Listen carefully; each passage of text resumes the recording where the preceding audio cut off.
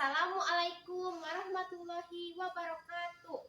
Biografi Raden Dewi Sartika, tokoh pejuang pendidikan bagi para perempuan. Raden Dewi Sartika merupakan salah satu tokoh emansipasi, sama halnya dengan Raden Ajeng Kartini.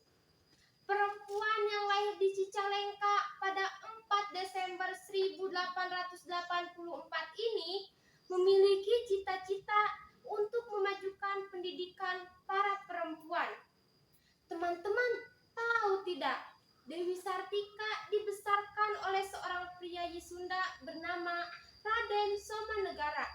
Ibunya merupakan perempuan Sunda bernama Nyi Raden Ayu Raja Permas. Kedua orang tuanya ini merupakan penentang keras pemerintah Hindia Belanda.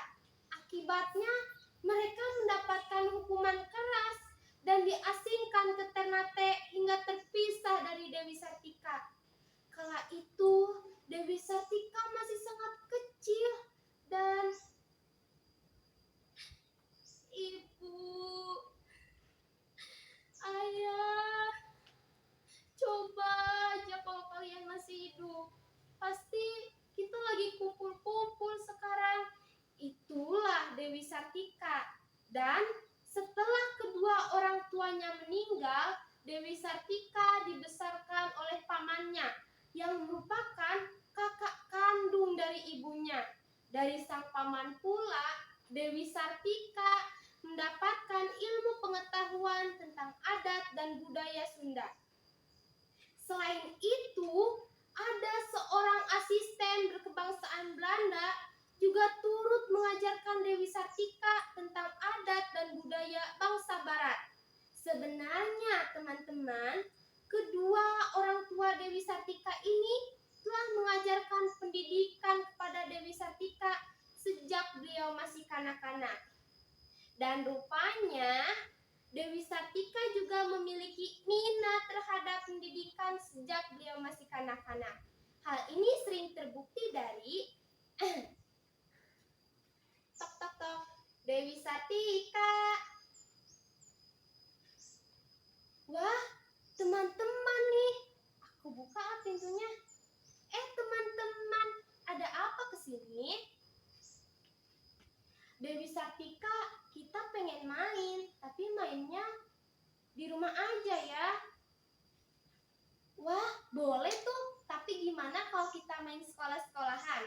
Aku jadi gurunya, kamu jadi muridnya. Itulah Dewi Sartika.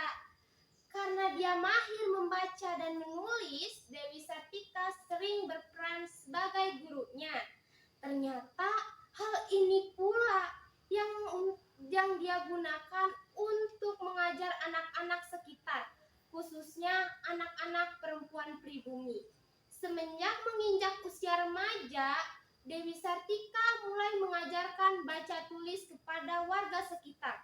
Ternyata hal inilah yang menjadi cikal bakal Dewi Sartika untuk memajukan pendidikan bagi para perempuan. Tanggal 16 Januari 1904, Dewi Sartika akhirnya mulai mendirikan sekolah atas dukungan kakeknya yang bernama Raden Agung Amartanegara dan seorang inspektur kantor pengajaran bernama Den Hamer. Tepat pada saat itu pula, Dewi Sartika berhasil mendirikan sekolah khusus perempuan bernama Sekolah Istri. Pada saat pertama kali dibuka, sekolah istri hanya memiliki 20 murid wanita. Di sekolah itu tidak hanya diajarkan untuk menjahit, menulis, membaca, dan berhitung, namun juga turut diajarkan untuk merenda dan belajar agama. Teman-teman, menarik tidak cerita saya? Jika ya, saya akan melanjutkannya. Tepat pada 2 tahun setelah didirikannya sekolah itu, Dewi Sartika akhirnya menikah dengan salah seorang guru di sekolah Karang Pamulang. Apakah itu sekolah Karang Pamulang? Sekolah Karang Pamulang merupakan tempat latihan para guru, dan berkat kesamaan visi dan misi mereka, akhirnya semakin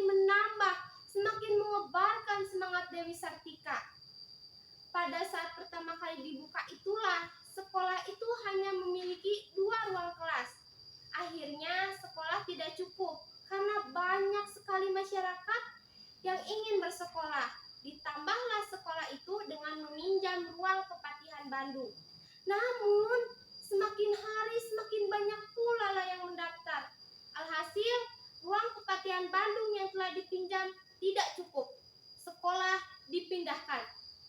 Perpindahan sekolah ternyata turut mengubah nama sekolah menjadi Sekolah Keutamaan Istri. Sejalan dengan hal itu, sekitar tahun 1910, Sekolah Keutamaan Istri resmi dibuka di gedung baru yang lebih luas. Nah, teman-teman, menarik kan? Pasti dong. Ya, kalau begitu akan saya lanjutkan lagi.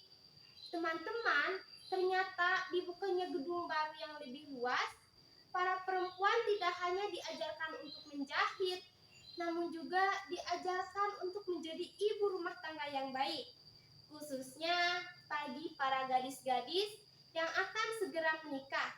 Mereka diajarkan untuk menjadi ibu rumah tangga yang baik, benar, dan terampil. Ternyata selain Dewi Sartika, banyak perempuan-perempuan Sunda yang memiliki minat seperti Dewi Sartika. Hingga pada tahun 1912 terdapat 9 sekolah istri. Karena banyaknya sekolah, akhirnya memunculkan ide untuk membuat sebuah organisasi yang bernama Organisasi Sekolah Istri.